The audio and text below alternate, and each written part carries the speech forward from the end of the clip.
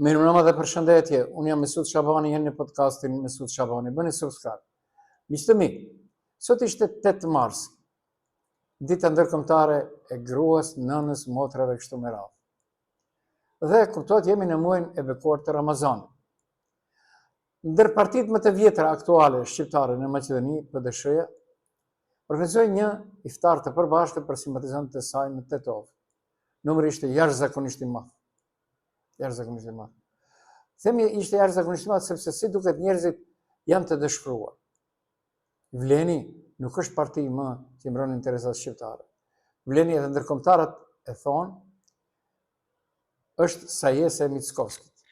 Ndërve treshtave kështu e tha dhe kryetari i PDSH-s Mendothaçi, pa marrë lejen e Mickovskit ata se ne bëjnë parti.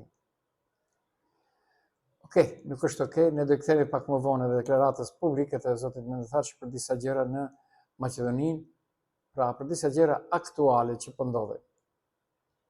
Por unë do ndalem në fillim për pak, për atë që dje dhe sot ka qenë temë aktuale muhabeti në gjitha mediumet, por edhe në popullat. Lëshimi masiv i 50 punëtorëve në korridorin 8 nga Behtelenka, e cila është duke kryer punët, ka edhe prapavi politike thonë, nëse them unë 10 ma kanë thënë këtë, atëherë ta dini se ishin 20. Kur ta dini se ishin 20, atëherë mendoni se ishin 30. Kur mendoni se ishin 30, dolen se ishin 40. Kur mendoni se ishin 40, të gjithë të 50-të në 20 pajtoheshin. Këtu tash ka edhe akmarrje politike. 80% të punësuarve vinë nga koha kur Behtelenka e pat filluar BDI dhe LSDM. Si në bllokun shqiptar, ashtu edhe në bllokun maqedonas, parafrasisht të largohet nga puna thonë, neve në largojnë që të vinë në punë njerëzit e Vlenit dhe të VMRO-s. Për atë dhe Vleni hesht. Por nuk mund të hesht për popullin të cilët ja kanë dhënë edhe votat. Shumica e tyre më thanë sot u kemi dhënë edhe votat. Sepse ishin të dëshpëruar. Vleni veç më është sajes politike e VMRO-s. Të kret e di. Shkuarja e tyre në Prekasi ishte vetëm fars. Unë dhe them kështu, ndajmë një mendimin tim, ju si doni, pajtoni, nëse nuk doni, pajtoni, keni faqet e juer, shkoni çka të doni. Dash për mund, dash për këtë do. A mbani mend kush e votoi në fillim dhe me kë u bashkangjit Bilal Kasami dhe partia e tij Besa? Me LSDM. A mbani mend kush e votoi herën e parë që ta mundin BDI, sepse meritonte BDI-ja që të hup. Sepse zonja e nderuar dhe BDI-ja, ama 5 pare nuk kishin për elektoratin në Tetov. Gjithë këtë lojat aso kohë për të humbur e luajtën bashkë. Artan Grubi dhe Teuta Arifi. Teuta pa vetdi, Artan Grubi me vetdi. Pra, kur i kthehemi te kaluarës, më mirë që të mos i kthehemi. BDI mba përgjegjësi jashtëzakonisht madhe për atë që nuk realizoi. Në atë fjalimin e tij nuk bëj digresion, për fjalimin e tij Mendothaçi përmendi se disa funksione që i kanë marrë në kohën kur ka qenë ai në pushtet, 1998-2001. Dini se gjitha këto poste sot që i kanë, qofshin në eshelenin e parë, në eshelenin e dytë, në eshelenin e tretë, i kanë fal zgjedhjes që i bëri dhe trysnisë që i bëri asaj kohe PDSH e Arben Xhaferi dhe Mendothaçi. Po s'është ishte Mendothaçi, sepse ai merrej me këtë. Asnjë post më shumë bile kanë humbur BDI dhe Vlen. Kanë të përgjysmuar. Për atë, Arben Xhaferi viteve 93-94 në një intervistë që më ka dhënë personalisht mu për televizionin e Kosovës në kuadër të televizionit satelitor shqiptar, isha korrespondent nga Maqedonia asaj kohe, se nga Tetova dhe bëhet Shkupi dhe bëhet Gostivari dhe bëhet Struga dhe bëhet Ohri dhe bëhet Kumanova. Nga Shkupi nuk bëhet. Arsye se ka traditë politike.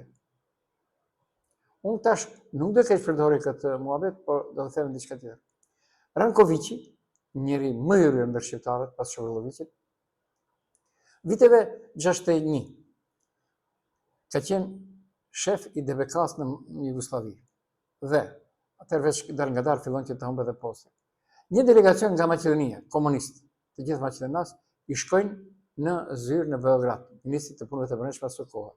Dhe e pyesur, e ka në memorjet e veta, 6 libra e ka. Dhe thot, ju na i shpërngulni shqiptarët për në Turqi, a ne vini nga Kosova këtu.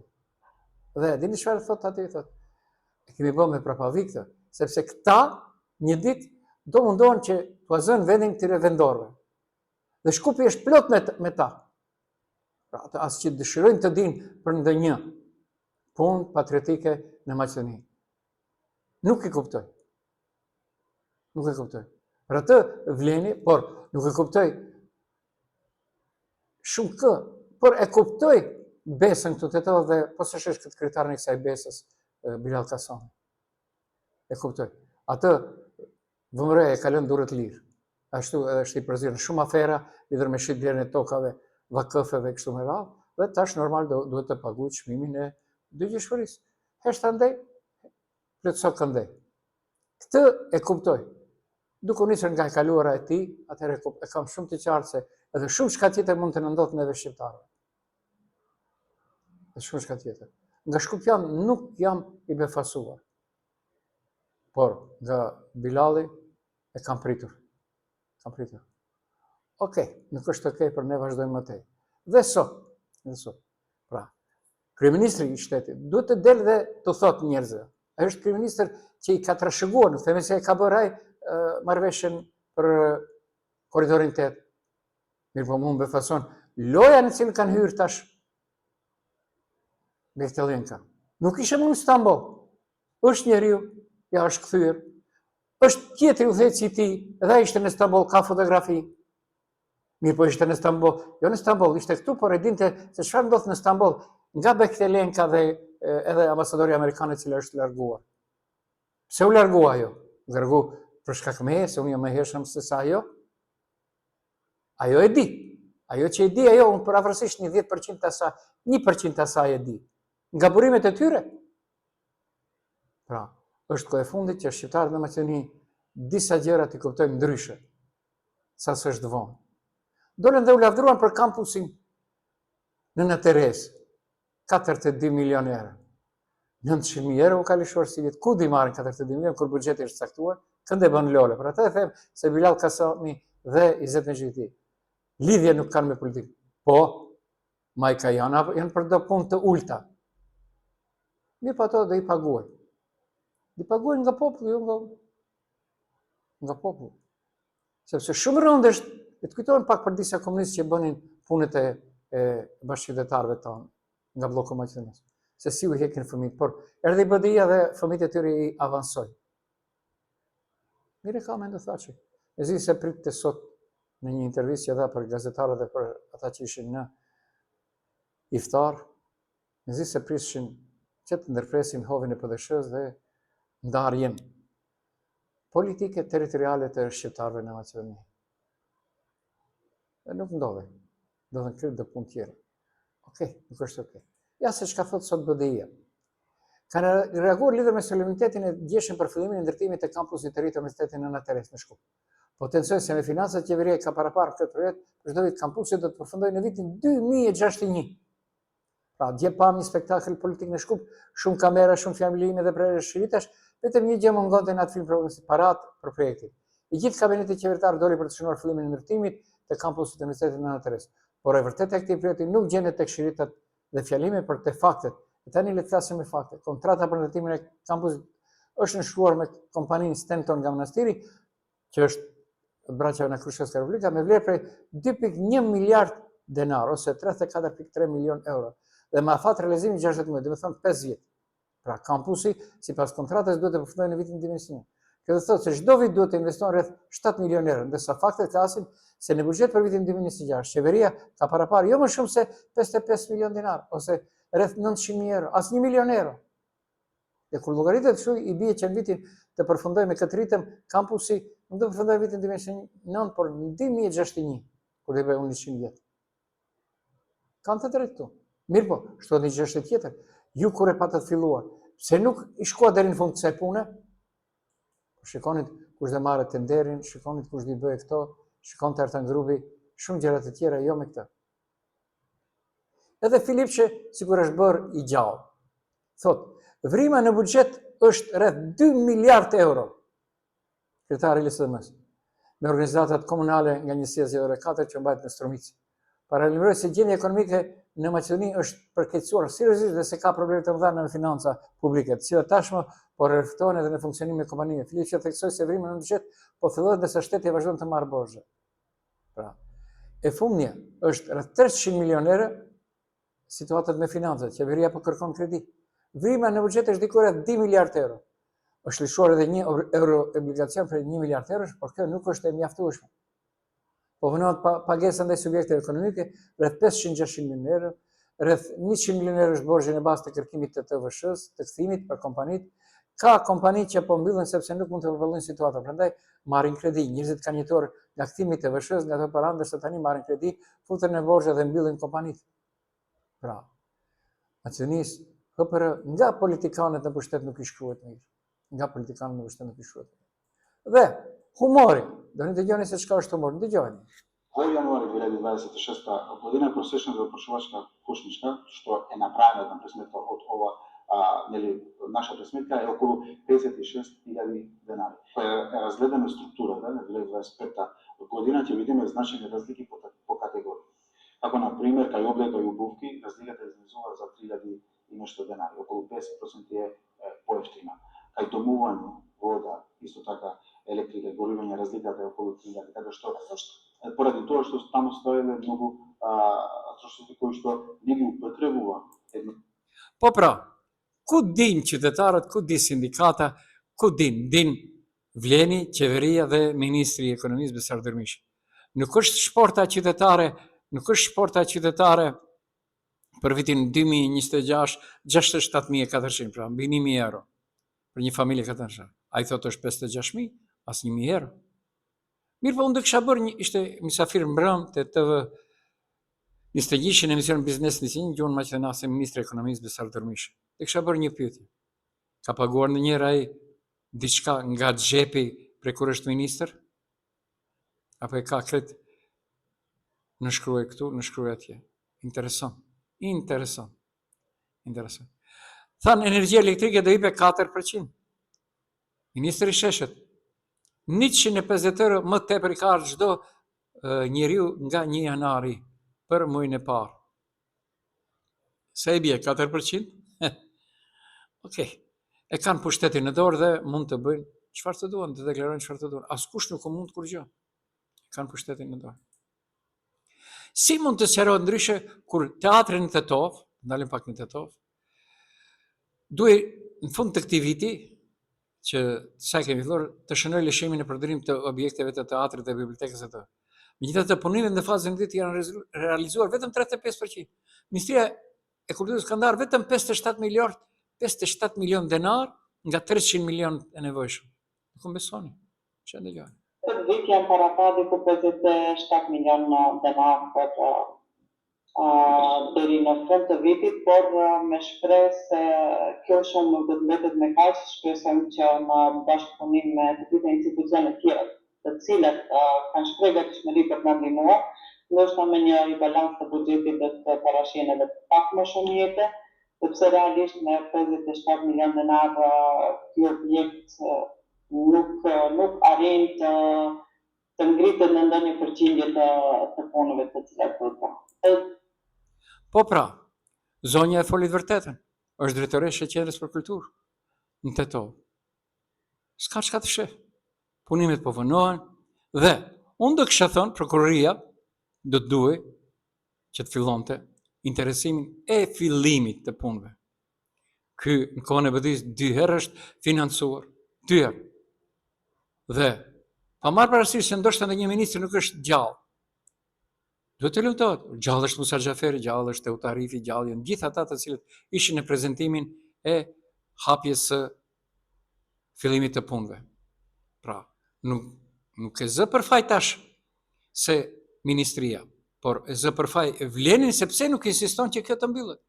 Njësoj sikur BDI-ja që ia falte atij drejtorit të famshëm në thojza, komandantit në thojza Gjinit, me teatrin e nacionalitetit apo teatrin shqiptar në Shkup. E u bë si Kalaj dhe Rëzafës. Dhe kjo si duket atë kuptim do e ketë nga kjo qeveri. Okej, nuk është okej, por vazhdojmë më tej.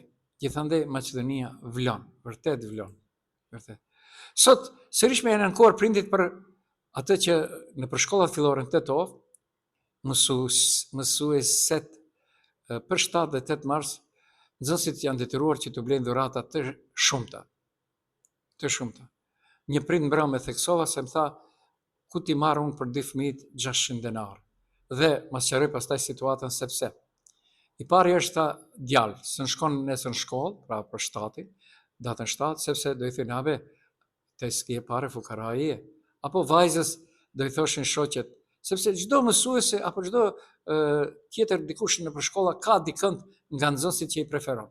Dhe pastaj ka dikë edhe nga mamat e tyre që i preferojnë, dhe kështu bëhet një mishmash. Se ne marrësh vesh nga si, pa tjetër t'i japësh se fëmijët qajnë nuk shkojnë në shkollë. Nuk do në mbeten jashtë shoqërisë. Okej, kjo le të jetë në ndërgjegjen e atyre, pra shumë çka është e kalbur, për më e kalbur është komuna në Tetov.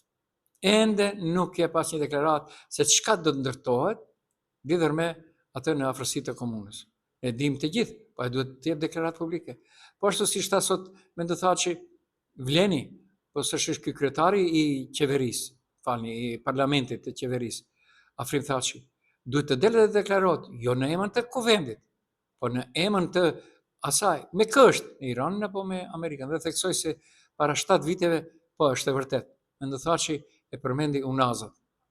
Unazat janë shenjë simboli të përkrahësve të Iranit. Okej, pra, unë e bëj edhe njëherë një thirrje, sepse gati një javë që jam të bëj për ditë thirrje, edhe pse kërkush së merr ndora, më s'është me rëndësi, unë e bëj punën time. Dikund dhe një vesh do e kap. Pse Bilal Kasami, sekretari i Lëvizjes Besa, ende nuk është bërë Vleni, jo në emër të Vlenit, por në emër të Lëvizjes të delë dhe të thotë, për kë është në këtë luftë? Me Amerikën apo me Iranin? Pse Izzet Mexhiti të delë dhe të deklarojë, me kë është në këtë luftë? Me Iranin apo me Amerikën? E lëm Vlenin anësh, nuk është krijuar si parti. Nuk mund të mblohesh pas Vlenit. Okej, nuk është okej, për ta dëgjojmë në pikat e shkurtë të zotin Mendëthaçi. Po ja që sot jemi në gjendje shumë më të keqe sa para vitit 90. Sot, jo që s'kemi autonominë tonë territoriale, apo federale, apo drejtën tonë të vendimmarrjes së institucioneve, po sot kemi edhe shkatrimin e autonomisë politike të shqiptarëve të Maqedonisë. Dhe këtë arritën me sukses të bëjnë Maqedonasit, duke ngritur një pseudo-strukturë politike që ka emrin Vler, të cilët unë i quaj pasardhësit e denjë të politikës të Ali Ahmetit. I pash djeni ishin vizitë në Kosovë, e shoh tentimin e tyre për të bërë transition, sa ato të bashkohen, se do bëjnë militer lufte, totalisht të paransishme për ne shqiptarët, teshtën të marrin aurën se i bashkon Kosova, megjithatë du ta lëvdoj një medium që i ka shumë e kishëlluar në vleqe, i ka këto t'i keni këto shaka, ju e keni vagën dhe vendin të Mickoski. Ai si të thot, ashtu do të bëni. Ai do t'u bashkoj, do t'u bashkoj. Kështu që Ali Ahmeti mendoj se përveç këtij dëmi të madh që ka bërë, ka vetëm një shans që sa të kudo të ngel prej, mos të ngel një historinë se njeriu më i negativ të politikës shqiptare, duhet me shpejtësi të zbrapshet të hiqet për skenës politike dhe normalisht na lejojnë të dëshojnë që ta kthejmë të drejtën në vend. E drejta në vend është se të dëshoja për herë ka thonë, se Maqedonia nuk mund në ngritë si shtetë, nëse shqiptarët nuk janë të barabartë në të gjitha mekanizmat e vendimmarrjes brenda Maqedonisë. Unë besoj se muajt e fundit, jo vetëm ne që jemi PDSH, po dhe populli në përgjithësi e sheh se ne e kemi marrë veten, shkojmë duke forcu dhe u kërkoj të gjithëve që na bashkangjiten në këtë betejë të rëndësishme. Po pra, ishte një pjesë nga fjalimi i zotit Mendëthaçi që sot drejtuar gjithë atyre të cilë ishin në iftarin organizuar për simpatizant nga PDSH-ja. Dhe kishte drejt në shumë çka. Posaçërisht në atë pjesën që ka të bëj më së shumti të drejtë në atë pjesën që ka të bëjë lidhur me autonominë territoriale dhe politike të shqiptarëve. Arriti Mickovski vërtet të deportoj thellë. Po tash, unë nuk e di me kë është Mickovski, se Mickovski ka në kontroll Vlenin, po. Nga ajo që isha me një seminar në Shtip këtyre ditëve, mësova krejt diçka tjetër nga kolegët maqedonas. Jo asgjë. Këtu unë ju përshëndes, ishit me Mesut Shabanin në podcastin Mesut Shabani. Bëni një subscribe, dëgjohemi nesër mbrëma.